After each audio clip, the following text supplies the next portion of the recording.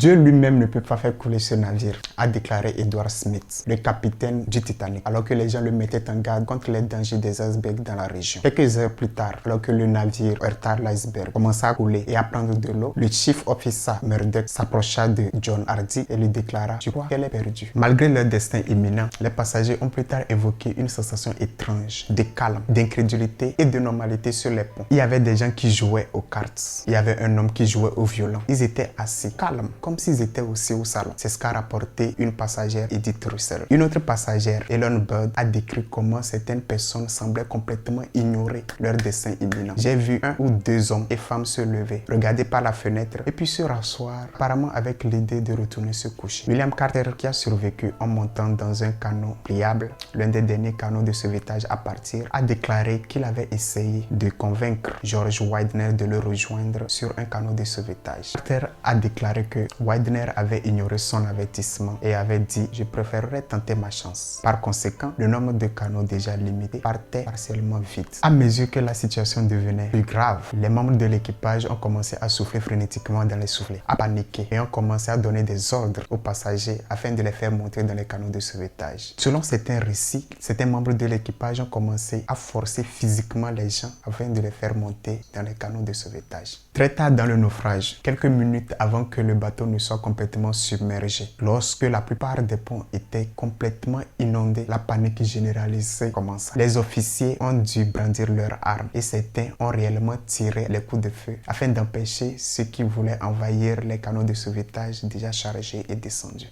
Par conséquent, sur les 2240 personnes à bord, près de 70% d'entre elles ont péri. Un tel déni est une chose compliquée à comprendre.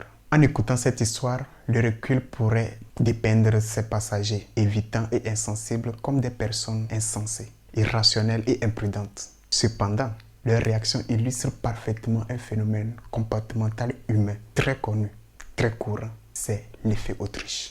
Quand une autruche détecte un danger, elle enfuit sa tête dans le sable. L'idée est que si l'autruche peut simplement enfuir sa tête dans le sable et se cacher de la menace, le danger finira par passer. Nous les êtres humains ne sommes pas si différents. Lorsque nous sommes confrontés à des informations, à des situations ou à des conversations difficiles, nous avons tendance à aussi cacher notre tête dans le sable. En tant qu'être humain, nous sommes programmés pour éviter l'inconfort. Nous évitons de vérifier notre compte bancaire lorsque nous savons que nous avons trop dépensé. Nous hésitons à demander le retour sur notre travail en tant qu'employé dans les entreprises. Nous évitons toute conversation difficile que nous ne voulons pas avoir. Et pire, nous retardons la prise de rendez-vous avec le médecin de peur que nous recevons une mauvaise nouvelle sur notre santé. Une étude a révélé que les investisseurs avaient tendance à regarder, à vérifier leur portefeuille d'investissement personnel lorsque les marchés étaient globalement en hausse, mais évitaient de regarder lorsque les marchés stagnaient ou étaient en baisse. Dans une étude plus alarmante portant sur 7000 femmes âgées entre 50 et 64 ans, des chercheurs ont trouvé que les femmes qui avaient entendu dire que leurs collègues avaient reçu un diagnostic de cancer de sein étaient 10% moins susceptibles de passer l'examen gratuit. Au moment où l'effet d'autruche se manifeste, nous n'avons pas seulement l'anxiété. L'anxiété nous domine et cette anxiété nous pousse à détourner le regard vers la chose qui nous rend le plus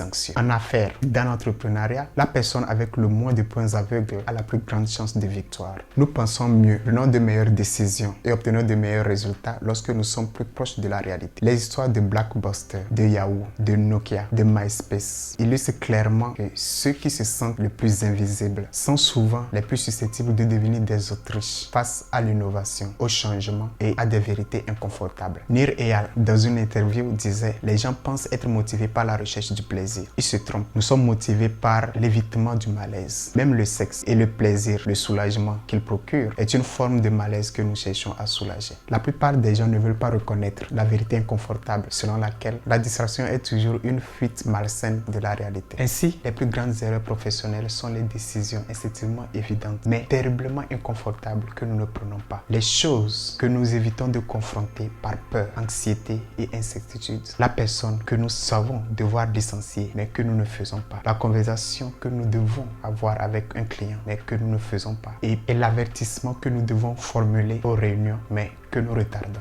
De même, nous pouvons tous comprendre les conséquences toxiques que l'effet d'Autriche peut avoir sur nos relations amoureuses. Éviter la conversation difficile, esquiver les problèmes gênants et faire semblant que tout va bien. Ces symptômes de co-déni et d'évitement mutuel peuvent maintenir une relation défaillante en place lorsque ni l'une ni l'autre des parties n'a les mots, le courage ou la conviction de confronter ses besoins non satisfaits. Les disputes surviennent et ce sont rarement de bonnes disputes. Vous avez la même conversation encore et encore. Et lorsqu'on a la même conversation encore et encore, c'est rarement une bonne conversation. C'est que vous évitez la conversation inconfortable que vous devriez avoir. La douleur dans tous les domaines de la vie est inévitable. Mais la douleur que nous créons en essayant d'éviter la douleur peut être évitée. En affaires, la douleur de l'effet Autriche et du conflit non résolu qu'elle crée est ressentie par vos employés. En tant que parent, elle est ressentie par vos enfants. Et dans votre propre vie, elle sera ressentie dans votre corps, dans votre âme, dans votre esprit. Derechef, le conflit se déplace à l'intérieur et entre les niveaux d'un système social. Lorsque quelque chose reste non résolu parce que nous nous voilons la face, cela ne reste pas en attendant d'être résolu. Cela devient toxique, contagieux et nocif pour ceux qui nous entourent, entraînant ça et là des dommages collatéraux de plus en plus importants chaque jour qu'il reste non résolu. Sans une meilleure relation avec l'inconfort, avec les vérités inconfortables et avec les mauvaises nouvelles, il est impossible de faire face aux réalités inconfortables de la vie, des affaires et de l'amour. Voici 5 étapes pour faire face à l'inconfort et résoudre les problèmes. Étape 1. Poser et admettre. La première étape consiste à faire une pause et à vous avouer que quelque chose ne va pas bien. Ces moments de pause surviennent généralement lorsque les personnes remarquent la puissance et la longévité de leurs propres émotions indésirées. Si vous ne faites pas une pause, le processus ne peut pas commencer et vous ne pourrez pas alors créer suffisamment d'espace pour la prochaine étape. Deuxième étape, examinez-vous. La prochaine étape consiste à vous inspecter en termes de sentiments, de comportements et d'émotions. Ces examens sont cruciaux. Elles permettent aux personnes de reformuler ce qu'ils ont jusqu'ici que ressenti. Quelque chose ne va pas en eux. Quelque chose n'est pas aligné. Un besoin n'est pas comblé ou une peur après le déçu. Résoudre ces problèmes nécessite généralement l'aide des autres. Les gens ont généralement besoin d'aide pour résoudre leurs problèmes afin de sortir de leur propre récit et se diagnostiquer avec précision plutôt que d'être simplement guidés par leur façon préférée de formuler et de blâmer. Étape 3. Dites votre vérité. La prochaine étape consiste à dire votre vérité. Partagez le résultat de votre inspection sans blâme en mettant l'accent sur la responsabilité personnelle. Cela marque le moment où les conflits interpersonnels passent de mauvaises conversations aux bonnes conversations. Dans l'effet Autriche, les gens se détournent et ne parlent pas de ce qui les dérange. Ils détournent le regard et diagnostiquent mal les problèmes et se distraient avec autre chose. Ce silence alimente l'effet Autriche. Dégager son emprise commence par le moment où les gens disent ce qui n'a pas été encore dit. Étape 4.